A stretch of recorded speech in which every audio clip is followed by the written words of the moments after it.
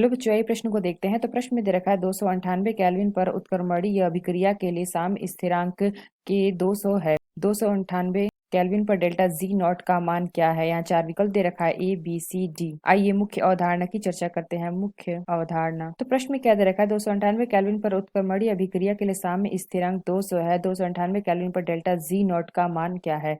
तो हम जानते हैं कि तो साम्य अवस्था और डेल्टा जी नॉट के मध्य हमारा एक संबंध होता है, वो हमारा होता है डेल्टा जी नॉट बराबर का होता है -2.303 आर टी लॉग के। तो यहाँ पे हमने क्या देखा, साम्य स्थिरांक और डेल्टा जी नॉट के मध्य यह संबंध है। तो जहाँ पे हमें प्रश्न में क्या दे रखा है, के बराबर हमें दे रखा है 200, यानी कि के बराबर दे रखा है 200। तो इसमें अपनी वैल्यू रखते हैं, तो ये हमारा क्या आ जाएगा, डेल्टा जी नॉट बराबर का आ जाएगा -2.303 गुड़े, तो आर जो हमारा केल्विन में मान दिया रखा है वो हमारा क्या होता है, 2 होगा।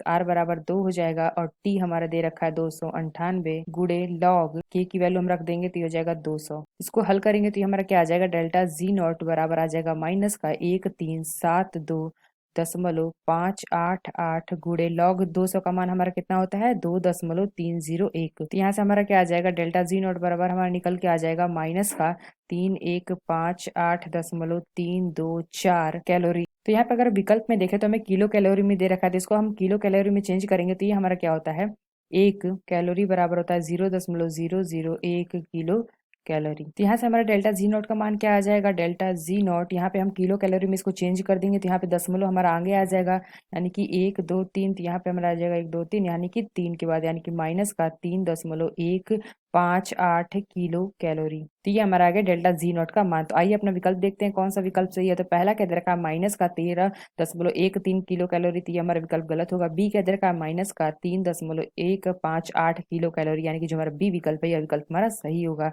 तो सी कह दे रखा है माइनस का 0.13, तो यह विकल्प हमारा गलत है। डी कह दे रखा है माइनस का 0.413, तो यह भी विकल्प हमारा गलत है, यानी जो सही विकल्प है ऑप्शन बी, यानी जो हमारा बी विकल्प है यह विकल्प हमारा सही होगा। तो आशा करते हैं आपको समझ में आया होगा। धन्यवाद।